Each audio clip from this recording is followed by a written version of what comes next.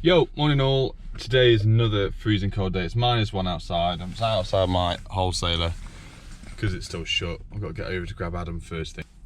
I'm changing another fuse board today, another one. Adam's with me. We're at the job that I did the sort of last couple of jobs before Christmas. We went there and actually second fixed the other day in the kitchen. So the downlights are done, the cooker circuit, all that sort of stuff done. Adam's going around changing faceplates today, pendants, switches, that sort of stuff. I'm moving the fuse board from the outside D&O box inside. Going to get an adaptable box, going to get the DIN rail connectors to push through.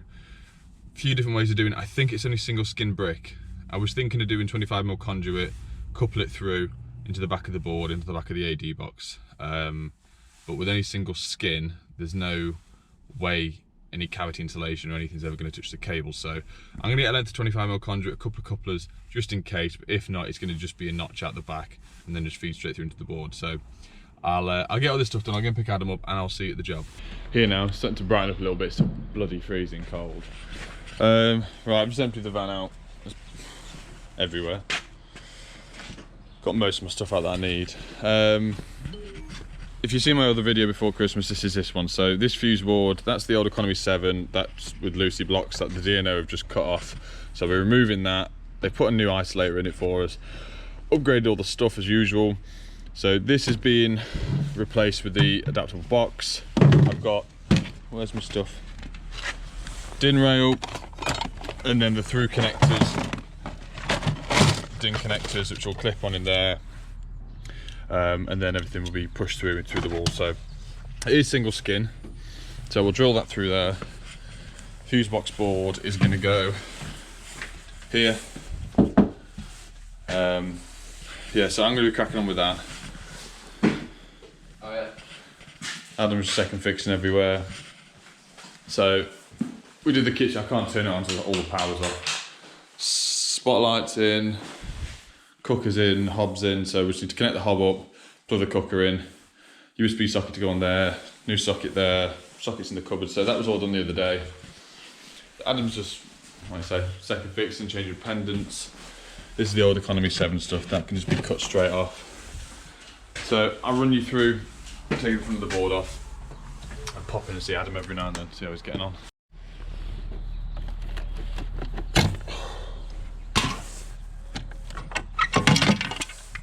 Still caught it though. Right, 2 rings, 6mm, 125 radial for the boiler, and then upstairs and downstairs lighting. Simple simples. Someone's trying to adapt. Oh, someone's taped some blow up. So, sweet. So what I'm going to be doing, I'll just mark them off to make sure, double check that they are a ring. I'm just going to do some tests on them, R1, R2, get some readings, and then I'll literally just pull the board off. We'll disconnect this now, get these old 16mm tails out the way, put my board up there. What we'll do is just cut a slice out the top of this, put some grommet strip round, which is there, and then cut a bit out of the box, and then we'll sort of just drill through. So it's like I say, it's only single skin. I did buy some 25mm couplers to drill at the back of this and then put into the back of the board, but there's just no need now with the, it's like you say, no cavity wall is ever going to touch the cables, nothing going to damage it, it's just going through single core brick. So I'm happy with that. Right, I'll do a tester out and we'll just do some ring final circuit tests. Also, before I get there as well, at the end of this video, stay tuned. If you use Tradify, I'm going to be converting a quote into a job and put it through how we schedule it, find it on the map and all sorts of stuff. So if you are interested, watch to the end and I'll link it in below. Right, I was just disconnecting this to do the ring tests. You can see here, let me just try and get this out of the way. So this earth cable, oh, come on, move out of the way. The earth cable here from this one is too short, so they've just twisted it round one of the other ring main ring final circuit legs, and done the job, no problem, easy peasy. Slight technical issue, my test is too cold and it won't work.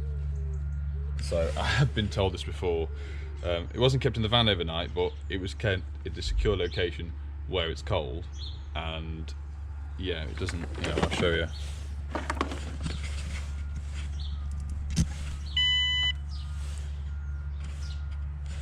Okay, cool. Right, well, we'll put that inside for it to warm up. So that's bright. Sorry, I'll choose the probe testers. We've already got a ring on what I've marked as 1 1, so I'll just do 2 2, and then so I just have to stick this in the van with the heater on it for a bit. Yeah.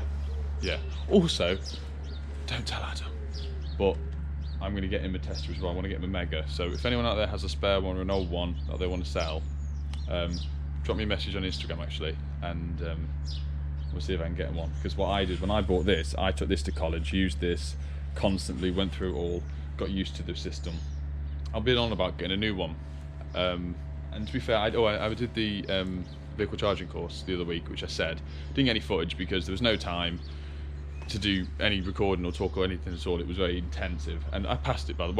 I passed it. We need to send the stuff away to be marked properly, like the written stuff, but 99% sure I passed it. So it's worth doing. It's not too hard. It's worth doing, and it's, you know, electrical vehicle charging is going to be massive in the next 5 years, so worth getting in there, getting it done. But what they were saying is, I was said to my assessor about getting a new tester, and he said, you know, if it works, he thinks he's one of the best ones out there. And I was looking at all the other guys, the new Megas, the 1721s, all that sort of stuff, 1741s. There's so many buttons on there. So I'm used to this, I like it. And what I'm saying is, I took this to college, learnt this through and through. Great piece of equipment. So if anyone does have an old one or a spare one that they want to get rid of, just drop me a line on Instagram, and I'll put my in the description below my Instagram. Just let me know. Okay, so we've got 2 rings, 4 radials. So we've got a cooker, 6mm cooker, we've got 2 1mm lighting, and 1 2.5mm for the boiler. There's quite a lot of movement on them, so I'm just going to get this board chopped off, get rid of that, cut that off, and we'll push it through. One little controversial comment. I've had a few people message before, like, obviously I'm going to push the board inside. And a lot of people say to me, I've seen on videos before where I've replaced one where it's been in the outside the DNO box, or like last video I got someone complain that I put the fuse board on the wood. Even though it's inside, I put it on the wood where the DNO equipment should be. This is the original fuse board with the house. It was put in there originally. The DNO has got all their stuff in there they need. Why can't I put it in there? And it's the same when the guy complained that I used the DNO space. So I changed the fuse board. That was a rewirable fuse board. That was the original one. That's where it was put originally on the wood. So I put the new fuse board there inside the house. Why not? The room, you had loads of room to put stuff, any other stuff in there. So it was a bit like, okay, there's not a black and white answer in my eyes. It's, I don't know. Let me know.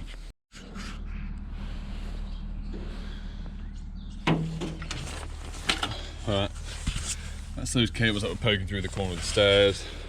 That's chopped off, that's isolated, that's that. So last thing, rip this off, and we can get that one measured up. Okay, so they're all removed now. Snip the earths off. What I'm going to do, instead of making a notch out and put some grommet strip round, I'm actually going to put some 25mm stuffing glams in. Pure the fact, obviously at some point they had some moisture in that fuse board from, just show you this, the terminals on the board. There was some moisture in there originally, there's a bit of rust in there, so while I can, I'll put some 25mm grommets in. I'll stick 3 in the top, there's plenty for the 8 cables that are going in, and then I'll stick 1 out the bottom for the bonding cables. Screw that in place, screw the DIN rail on, and we can clip some of the connectors on. Hole through on there, so I've lined that up. So I'm just going to stick a smallest drill bit through there, find it out the other side. Then I think 32. What have we got here? Let's put it in some sunlight. 30. So a 30mm bit. I'll probably just do 3 of them around. Open that up. But yeah, I'll get that one through, and then we'll get that AD box off. That's what we're at. They're in. They're pulled down, DIN rails in, holes through. I put a bit of grommet strip around that. I know it's plastic, but I had it, so why not?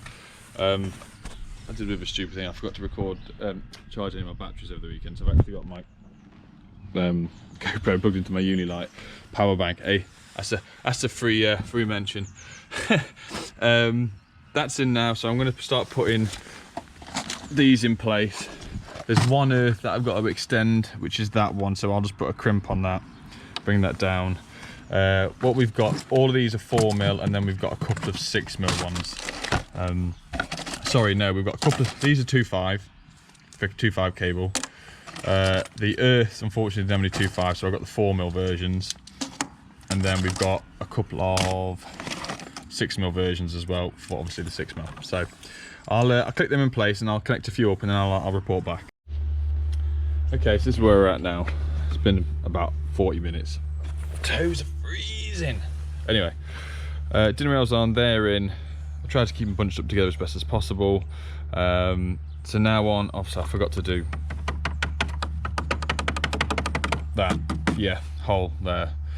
So this is going to be interesting. Luckily I've got flexi tails, so I should be able to get a good bend and then bring them up through there. And because this is a plastic enclosure, normally you would put your tails gland in and you would clump them together. Normally if it's going into a metal enclosure, you want to put them through together so it cancels out, to my knowledge, it cancels out the eddy currents on a metal board if they're put together because the earth's through there. But if you would put them through individually, I know some people, I'm trying to remember what it is now. If it's steel, then they need to go through the same, but if it's anything else, they can go separately, I think. Don't quote me on that. Ask Dave Savory or John Ward, they'll know. So yeah, I'll do some stuff here, but now it's just extended. So we've got 2 lights, ring 1, ring 2, ring 2, immersion, ring 1, and then we've got cooker. Then out of there we've got bonding for the gas, which is here, and bonding for the wall, which is going over there, and then our main tails through. So probably best off now is just to cut loads of lengths of 2.5 off, feed through. So we're only going to need we need 5 lengths of 2.5, 2 lengths of 1mm, and 1 length of 6mm, and we'll feed them through. I can then make them off this end, label them with that end. Starting to warm up a bit now. Also, one top tip for anyone starting out: if it's cold and your fingers aren't working properly, don't stab yourself with the Stanley knife, because you don't actually feel it. You end up getting blood. I've actually wiped most of it off, smushing blood everywhere. So what I've done is one of the whisker sort of grommet tail fire rated, I don't even call it grommet, should we say? Stuff them through there, they're through there. I've cut my lengths off for all my cables. I'll feed that through in a minute. There's plenty of length in there, because they're the flexi tails. I'll just loop them back up and make them nice and neat in here. So I'll feed all of them cables through now. I've marked them up each end, so I've literally just put dashes on them. So we've got 2s with 1 on, obviously that's ring main 1, ring main 2. 2 1mm twins, which I haven't marked up because there's only 2 line circuits, and then a 6mm.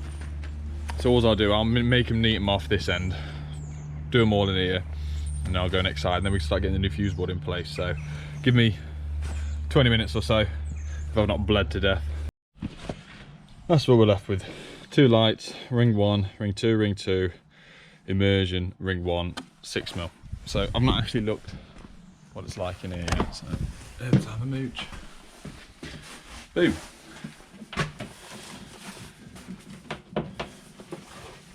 Straightforward enough. Right, I'll have a bit of a... You still alive, Adam? Yeah. Yeah. Bloody teenagers. What? Oh, he had something in his mouth. So, yep, I'm going to get all this tidied up a bit because I'm sort of surrounding myself. And then we'll jump inside with the board. They're through.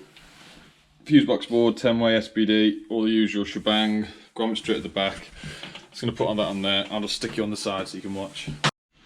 Oh, voila. So what I'll end up doing with that is sticking some fire mate in it to seal that up a bit, or some fire foam, the stuff that's non-corrosive to the cables, which you're allowed to gun come up really. I know a few people use silicone, but it actually, to my knowledge, it corrodes the insulation a little bit. That's on. 2 were nice and tight, bottom 2 were a bit rubbish, so I've smashed some 3-inch screws in there, and they ain't going anywhere. So I think the only thing I could do, I've done enough fuse board changes before, is stick it on the side, and I'll just stick it on a time lapse, and it'll make me sit there and do it and not go anywhere. So I'll get started.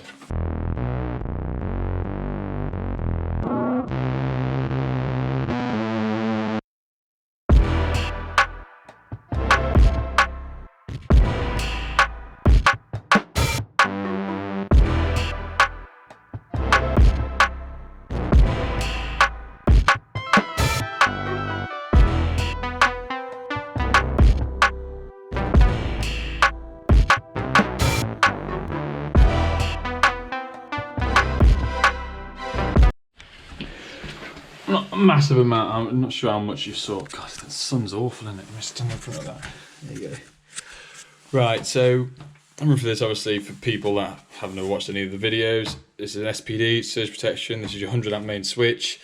These are RCBOs, so you got a 32 amp for your 6mm, 32 amp for your ring main in 2.5, 32 amp for this ring main in 2.5, a 20 amp for 2.5 radial circuit, and then 2.6 amp radial 1mm circuits. So RCBOs, I've put them up there. I've not put any fell crimps on them because I managed to, this one's worked out quite well. I've just took the cables behind, same length out, all the your earths in the correct corresponding numbers.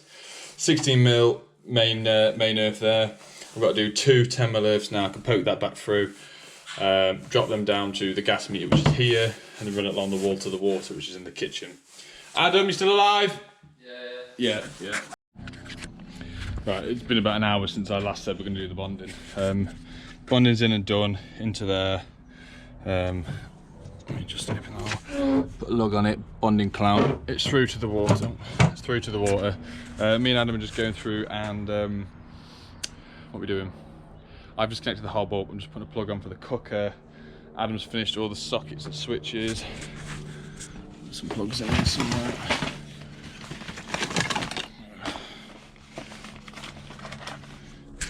Sort of tidied it out, sort of piled everything up in a neat pile. Plug, right, let's go and say hello to him. Hello. Hello. What are you doing? Trying to screw this back, will need longer. Oh yeah, well we've had to go around and get the grinder on because the customer, I definitely had to do it on them too. Customer had tiled over the pattress and we couldn't get it on. You changed the switches, new pendant, new sockets. So I'm just going to put the plug on the oven. We power up. Oh, that one needs to be moved. I think that's the last thing, mate. That just needs to be moved up. But my thing is, it's going to look crap either way and get hit. It might be better with a small LED 2D fitting sort of thing. Oops. That's pretty much done it. And all second fix all upstairs.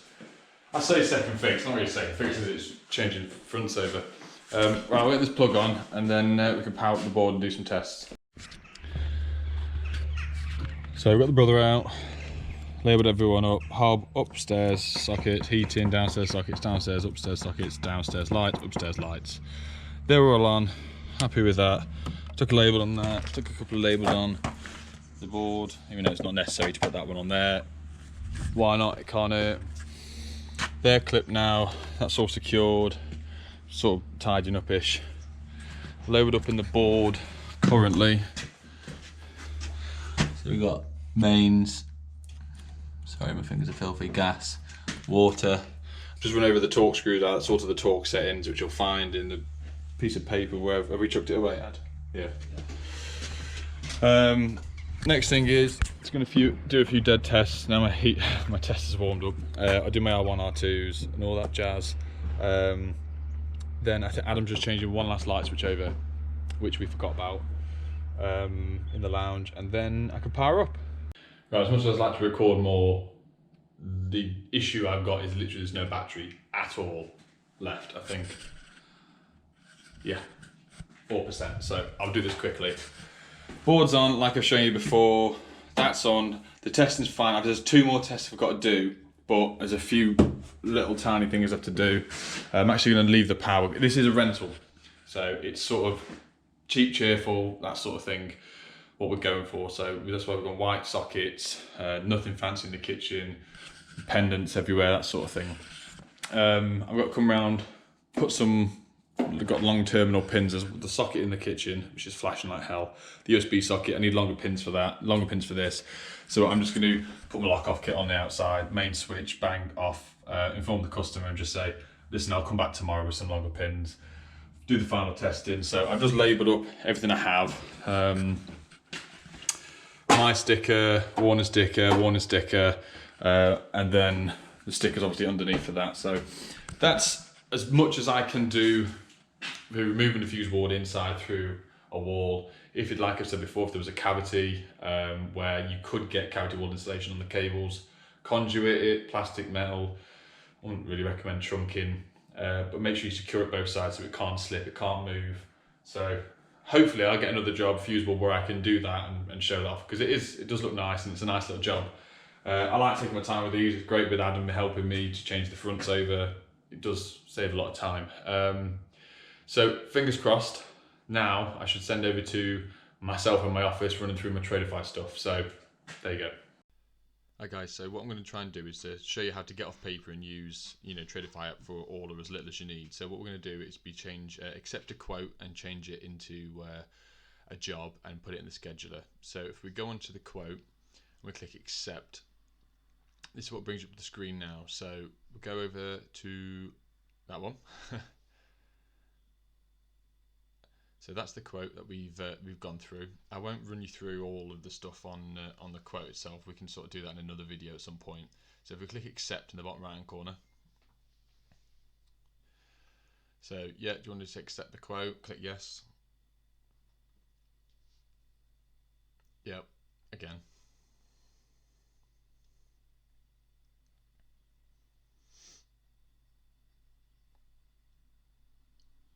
So now that's popped up here, we've got all the information from the previous quote. So the best thing about when you turn a quote to a job, it takes across all the information and all the stuff you need from that job. So if you go into schedule, open scheduler.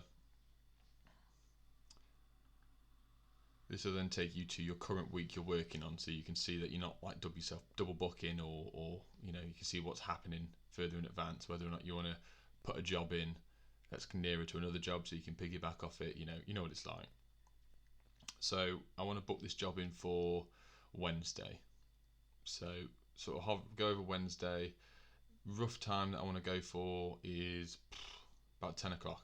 So if you go roughly over 10 o'clock, click that. So that'll bring up your new appointment. So you can see there, I've pretty much got the time nearly there. So if you just open that up, you can then change the times to the exact times you want. So let's go 9 o'clock till 12 o'clock. Little tidy job in for us. Hover over the staff button. I can either accept myself. Obviously this is a dummy copy. I can't show you my actual one with all my information. But so here you can either add yourself, or if you go on it again, you can add your apprentices. Actually, I think there's a fake apprentice on here. Nick the apprentice. So that's a good aspect of it. The next thing is as well, if you wanted to add a subcontractor, email the stuff over to a subcontractor, you can just literally type his email address in here, click send. He will then get sent all the relevant information for this job, which is a bit of a bonus as well, especially for the companies that, unlike me, do sub stuff out. And then from that you can write a few notes as well, so they know a little bit more about the job if there's anything to add afterwards. So like I say, turn up early. Boom. So if you go down and click save,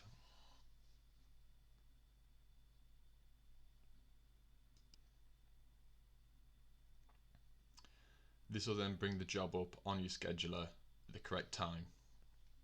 But it won't just be me, it will be my apprentice as well. So that's why there's two different colours there. So now that's on there, it's got the relevant information, but if I have put it in the wrong place, I can easily literally just click and drag it across, as you can see there. So by doing that as well, it will also notify and inform the other guys that work for you. It will pop up in their app and say, right, the jobs have moved across, so everyone's sort of in the loop and no one's being left in the lurch. So what I'm going to do now is just go across to the job, click on the job itself.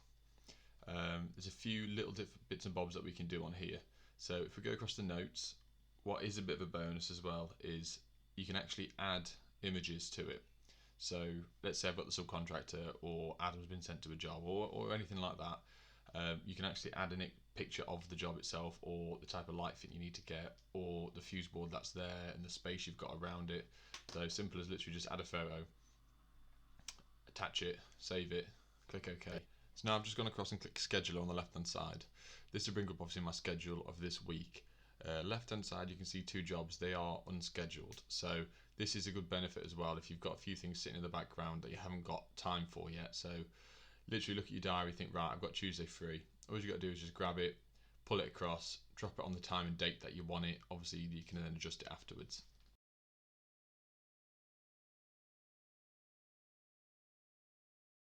So we can set the time there. Staff, let's go for him, let's go for me. Save, so that job's now scheduled in. Simple as, if it's on there, instead of clicking back on it, if it's not taking as long as you want it to, or you want to shorten the time, you should just drag it up to the time required. On top of the job as well, you'll see the black box that comes up with sort of the details of the job in a sort of brief overview. But if you want to get more details, click back on the job, your whole reference will then pop back up of all the notes and pictures and anything you've put on the job itself. Last little thing, if you just want to add a quick job, click on any time on any day, it'll then pop up with a new appointment. You can just add a new job there and then, which is what I do quite a bit when you get a phone call and you think, right, I'll go there this afternoon. So quick and simple, but I won't run through that because it's very same process of actually just adding a job normally. The last little segment as well, so if you click over left on maps, this will bring up all your jobs on the left hand side, and then obviously from bird's eye view you can see, well, over England there's it pinpoints exactly where your jobs are. For me it would be a lot more clustered around Stafford obviously, but obviously for this being the demo version they're a bit of everywhere. So if we go across to Stafford, where are we? There we are. This obviously picked me up exactly at my location, and from that I can then turn around and see any jobs near me. So if let's say we've got a spare hour at the end of the day, I can look on the map, see where the jobs are in this week. If there's one close enough, I can then say, come on Adam, get the stuff, let's give them a call, see if they're in, and we can go and get that done. So if I zoom out here, it just helps you be a lot more flexible, and you have got complete control of all your jobs from a bird's eye view, should we say. And also as well, on top of that, you'll also get the people that work for you. They will all pop up on the map exactly where they are, what job they're at. So it's also a good little bonus. Right, so now we're over on the mobile app. Before it was on PC, but it's exactly the same principle. If some guys have used it, some guys haven't. It's duplicated across, obviously just a handheld version. So you can go across today's jobs. You can click on that. It will then take you to that job for that day, give you all the basic information, exactly the same as your PC version. So this bit on the left hand side is on Monday between 9 and 12 o'clock. You don't actually have to have a job to make an appointment. So that an appointment is just for quoting, which you can literally just tap on, quote in, put the addresses in, boom, there you go. So if we go into the bottom right, if we're on the job, get a phone call, click bottom right, appointment.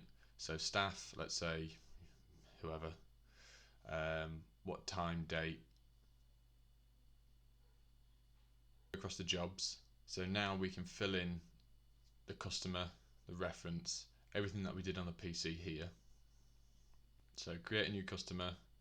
With this it's quite beneficial, to be fair, because there's loads of different boxes you can fill in. So you can do basics of just John Smith, this is their address, this mobile number. You can go a bit further, get their email address. It's obviously making quoting and invoicing a lot easier in the future. Full address is pinpointed to your map then, and then any notes below as well you can also add, and say you can put as much or as little as you want on this information. You'll get out what you put in. Right, so now we've got full details. Just click save. That'll go across to the job. Got the description in there so we can add some notes if we need to for what's entailed in the job. And if we just go and click save in the top right corner, and boom, that's it, in your scheduler, ready for the job. Right, I hope that was useful and helpful. Once again, thank you all that took part in my competition, my 10k giveaway. That's all done now. The winners have been announced and they'll be getting their prizes this week, fingers crossed. And so I'll see you soon.